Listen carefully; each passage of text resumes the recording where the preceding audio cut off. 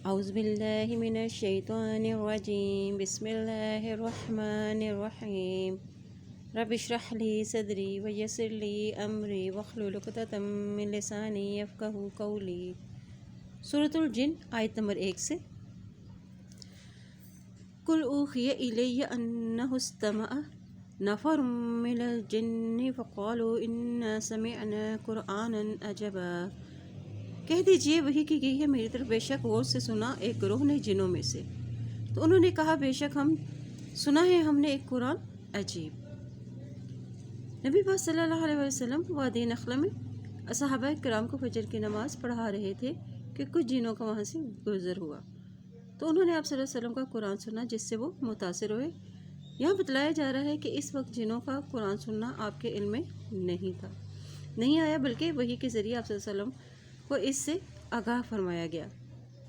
کل کہہ دیجئے یعنی دوسروں کو بھی اس واقعے کا ذکر کیجئے۔ جنوں کی تعداد 9 تھی۔ قرآن عجبا یعنی تاثیر والا، مراد اثر انگیز حکمت سے مالا مال۔ جنہوں نے کہا کہ ہم نے ایسا قرآن سنا ہے جو فصاحت و بلاغت میں بڑا ہی عجیب ہے، یا برکت کے لحاظ سے نہایت ہی تعجب انگیز ہے۔ اب جنوں کا طرز عمل کیسا تھا کہ ایک تو انہوں نے قرآن کو غور و توجہ سے سنا اور پھر فوراً تبلیغ کا کام شروع کر دیا۔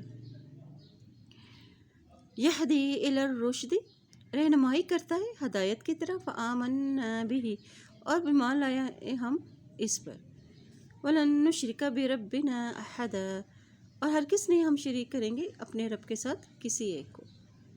اب قرآن کی صرف کیا بتائی جا رہی ہے کہ کیا قرآن یہ ہدایت کی طرف رہنمائی کرتا ہے، یعنی حق کو واضح کرتا ہے اور اللہ کی معرفت عطا کرتا ہے۔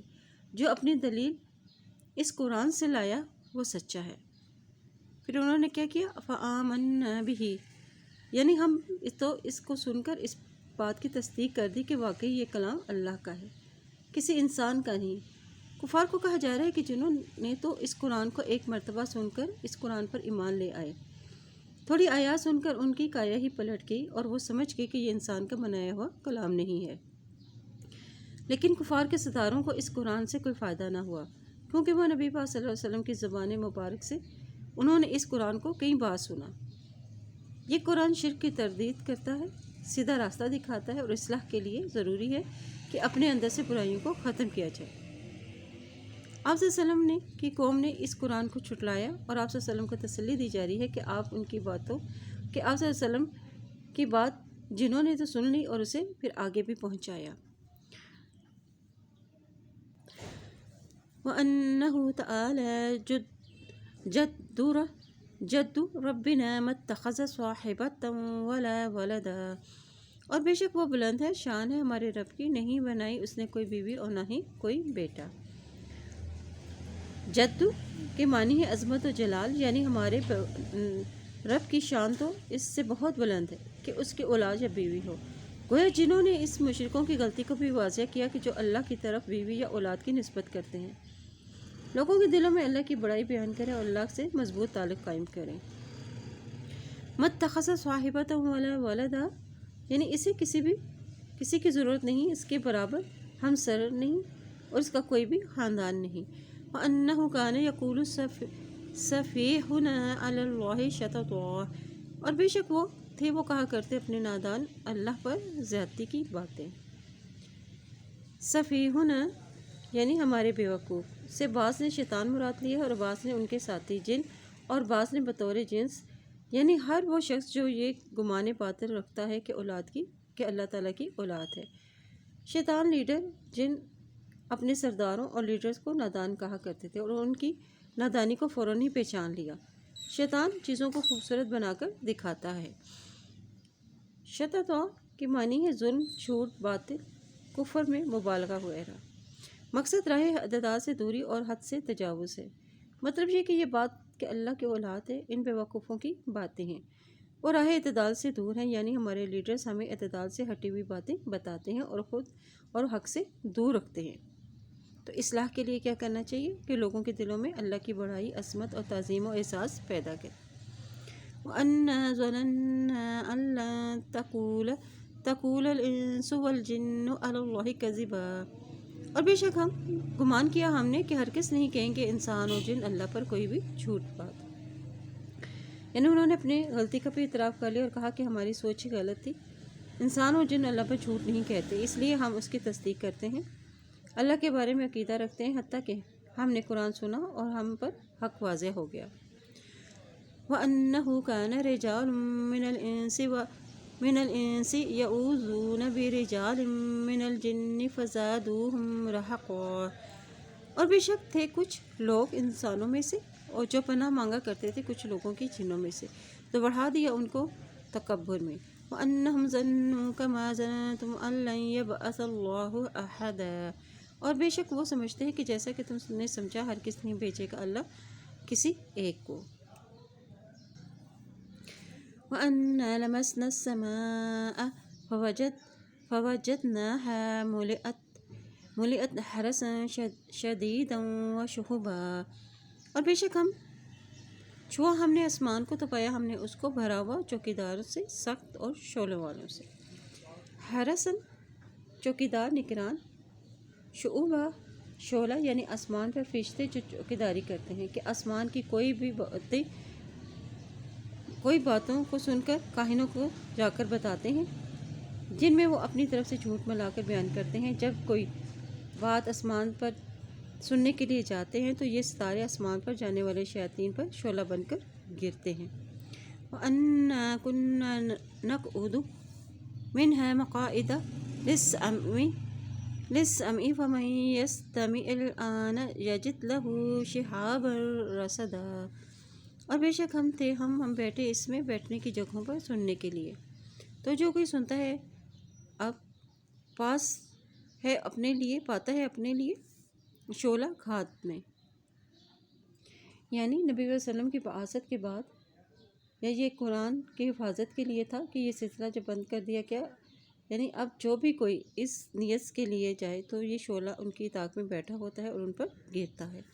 وَأَنَّا لَا نَدْرِي أَشَرٌ أُرِيدُ بِمَن فِي الْأَرْضِ أَمْ أَرَادَ بِهِمْ رَبُّهُمْ رَشَدًا. اور بے شک ہم نہیں جانتے کیا شر ہے ارادہ کیا گیا ساتھ اس کے جو زمین میں ہے، یا ارادہ کیا گیا ان کے ساتھ ان کے رب نے کسی بھلائی کا. یعنی ہم نہیں جانتے کہ کیا شر کا ارادہ کیا گیا ہے، یعنی اللہ زمین والوں کے ساتھ کوئی برا ارادہ رکھتا ہے یا کسی بھلائی کا، یعنی زمین والوں پر کوئی آفت آنے والی ہے یا کوئی رحمت نازل ہونے والی ہے کہ آسمان پر اتنے نگران فرشتوں کا مقرر کیا گیا ہے. وَإِنَّا مِنَّا الصَّالِحُونَ وَمِنَّا دُونَ ذَلِكَ كُنَّا طَرَائِقَ قِدَدًا. اور بے شک ہم میں سے نیک لوگ ہیں اور ہم میں سے علاوہ اس کے ہیں اور ہیں طریقوں میں مختلف، یعنی جنات بھی مختلف جماعتوں میں بٹے ہوئے ہیں. قددا یعنی متفرق جدا جدا طریقے ہیں، عقیدے، مذاہب اور عبادات بھی. وَأَنَّا ظَنَنَّا أَن لَّن نُعْجِزَ اللَّهَ فِي الْأَرْضِ وَلَن نُعْجِزَهُ هَرَبًا. اور بے شک ہم سمجھتے ہیں کہ ہم ہرگز نہیں عاجز کر سکتے اللہ کو زمین میں، اور ہرگز نہیں ہم عاجز کر سکتے اس کو بھاگ کر. وَأَنَّا لَمَّا سَمِعْنَا الْهُدَىٰ آمَنَّا بِهِ فَمَن يُؤْمِن بِرَبِّهِ. اور بے شک جب سنا ہم نے ہدایت کو ایمان لے آئے ہم اس پر، بس جو کوئی ایمان لائے گا اپنے رب پر. فَلَا يَخَافُ بَخْسًا وَلَا رَهَقًا. تو نہ وہ ڈرے گا کم کرنے میں اور نہ ہی زیادتی میں. یعنی اللہ کا مقام، اس کی قدرت بہت بڑی ہے، اتنا تو ہم جانتے ہیں. ہم اللہ کو ہرا نہیں سکتے، ہم کہیں بھاگ کر نہیں جا سکتے، ہم اس کی پکڑ میں ہیں، اور قیامت میں بھی اور دنیا میں بھی. وَأَنَّا مِنَّا الْمُسْلِمُونَ وَمِنَّا الْقَاسِطُونَ فَمَنْ أَسْلَمَ فَأُولَٰئِكَ تَحَرَّوْا رَشَدًا. اور بے شک ہم میں سے کچھ مسلمان ہیں اور ہم میں سے کچھ نافرمان ہیں، تو جو کوئی اسلام لائے تو یہی وہ لوگ ہیں انہوں نے ارادہ کیا بھلائی کا. یعنی نہ اس بات کا اندیشہ کہ ان کی نیکیوں کے اجر و ثواب میں کوئی کمی واقع نہ ہوگی، اور نہ ہی اس بات کا خوف کہ ان کے دلوں میں برائیوں میں اضافہ ہوگا. انسان جب دل کے دروازے کھول دیتا ہے تو حقیقت ان کے سامنے واضح ہو جاتی ہے. وَمِنَ الْقَاسِطُونَ یعنی جو عدل نہ کرے، بے انصافی کرنے والا، وہ جو اللہ کو اس کا حق ادا نہ کرے۔ یعنی ایمان والے جن اپنی قوم میں آ کر بتاتے ہیں کہ اصل بات یہ ہے کہ انسان اپنے رب کے سامنے جھک گیا، اور جس نے اطاعت کا طریقہ اختیار کیا اس نے ہدایت کا راستہ اختیار کر لیا۔ وَأَمَّا الْقَاسِطُونَ فَكَانُوا لِجَهَنَّمَ حَطَبًا، اور رہے ظالم لوگ تو ہیں وہ جہنم کے لیے ایندھن۔ ان سے معلوم ہوتا ہے کہ انسانوں کی طرح جنات بھی دوزخ اور جنت میں جانے والے ہوں گے، اور ان میں سے جو کافر ہوں گے وہ جہنم میں، اور جو مسلمان ہوں گے وہ جنت میں جائیں گے۔ یہاں تک جنات کی گفتگو ختم ہو گئی ہے، اور آگے پھر اللہ کا کلام ہے۔ وَأَن لَوِ اسْتَقَامُوا عَلَى الطَّرِيقَةِ لَأَسْقَيْنَاهُم مَّاءً غَدَقًا، اور یہ کہ اگر انہوں نے استقامت اختیار کی ایک راستے پر، البتہ پلائیں گے ہم اس کو پانی وافر۔ علی الطریقۃ سے مراد راہ راست ہے، اسلام ہے صحیح راستہ، یعنی سیدھا راستہ اختیار کرنے کا فائدہ اللہ اسے دنیا میں نعمتوں سے نوازے گا اور اسے دین پر استقامت عطا فرمائیں گے۔ وہاں ان سے یہاں مراد ہے وہی الہی ہے، غدقہ یعنی نیکی کی توفیق، ہر قسم کی نعمتوں میں اضافہ، ہدایت، دین کی سمجھ بوجھ، اور مشکل حالات میں استقامت اختیار کرو، اللہ ہے، اللہ ضرور تھام لے گا اور مایوس نہ ہو۔ لِنَفْتِنَهُمْ فِيهِ وَمَن يُعْرِضْ عَن ذِكْرِ رَبِّهِ يَسْلُكْهُ عَذَابًا صَعَدًا، تاکہ ہم آزمائش کریں ان کی اس میں، اور جو کوئی اعتراض برتے اپنے رب کے ذکر سے، اور داخل کرے گا اس کو سخت عذاب میں۔ لِنَفْتِنَهُمْ فِيهِ، آزمائش کے لیے نعمتیں ملتی ہیں کہ وہ نعمتیں پا کر شکر ادا کرتا ہے یا ناشکری کرتا ہے، اور جو کہ وَمَن يَعْرِضْ عَن ذِكْرِ رَبِّهِ، اور جو کہ راز برتے گا اللہ کے ذکر سے یعنی قرآن سے، اور جو شخص اپنے رب کے ذکر سے منہ موڑ لے گا اللہ اسے سخت عذاب میں داخل کرے گا۔ وَأَنَّ الْمَسَاجِدَ لِلَّهِ فَلَا تَدْعُوا مَعَ اللَّهِ أَحَدًا، اور بے شک مسجد اللہ کے لیے ہیں، بس تم پکارو اللہ کے ساتھ، بس تم نہ پکارو اللہ کے ساتھ کسی ایک کو۔ یعنی مسجد کے معنی سجدہ گاہ ہے، سجدہ بھی ایک رکن نماز ہے، اس لیے نماز پڑھنے کی جگہ کو سجدہ کہا گیا ہے، مسجد کہا گیا ہے۔ مسجد کا مقصد ہے صرف ایک اللہ کی عبادت، اس لیے مسجدوں میں کسی اور کی عبادت اور کسی اور سے دعا و مناجات کرنا جائز نہیں۔ شرک نہ کرو، صرف ایک ہی اللہ کی پکارو، بیچا اور بیہودہ گفتگو مت کرو۔ وَأَنَّهُ لَمَّا قَامَ عَبْدُ اللَّهِ يَدْعُوهُ كَادُوا يَكُونُونَ عَلَيْهِ لِبَدًا، اور بے شک وہ جب کھڑا ہوا اللہ کا بندہ کہ پکارے اس کو کہ قریب ہے وہ ہو جائیں اس پر گروہ در گروہ۔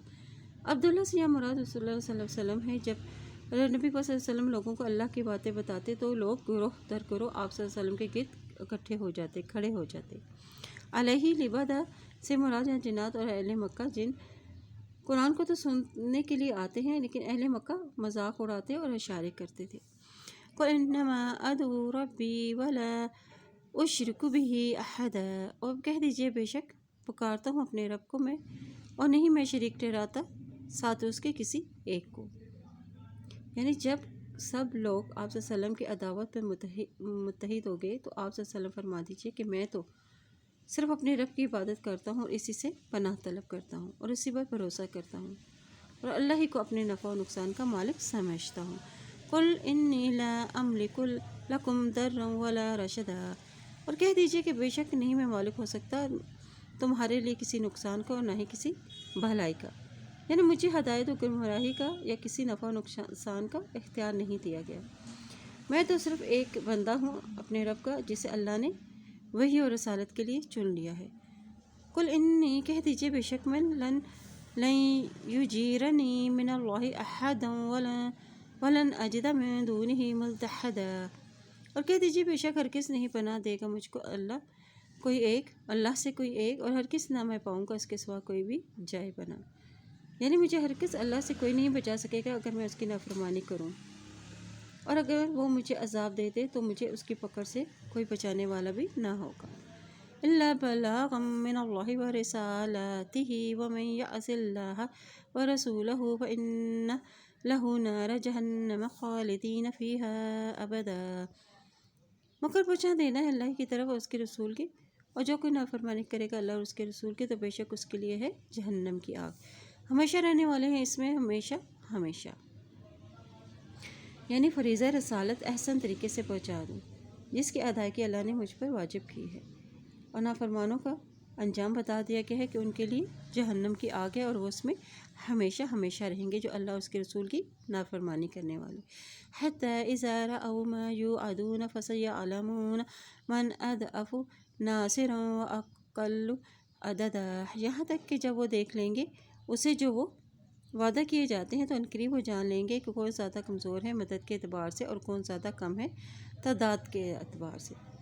اذا رأوا یعنی جب وہ دیکھیں گے، یعنی اہل مکہ جہنمی آخرت میں عذاب کو دیکھ لیں گے، یہ نبی علیہ وسلم و مومنوں کی عداوت اور اپنے کفر پر اصرار کرتے رہیں گے یہاں تک کہ دنیا یا آخرت میں وہ عذاب کو دیکھ لیں گے جن کا ان سے وعدہ کیا جاتا ہے۔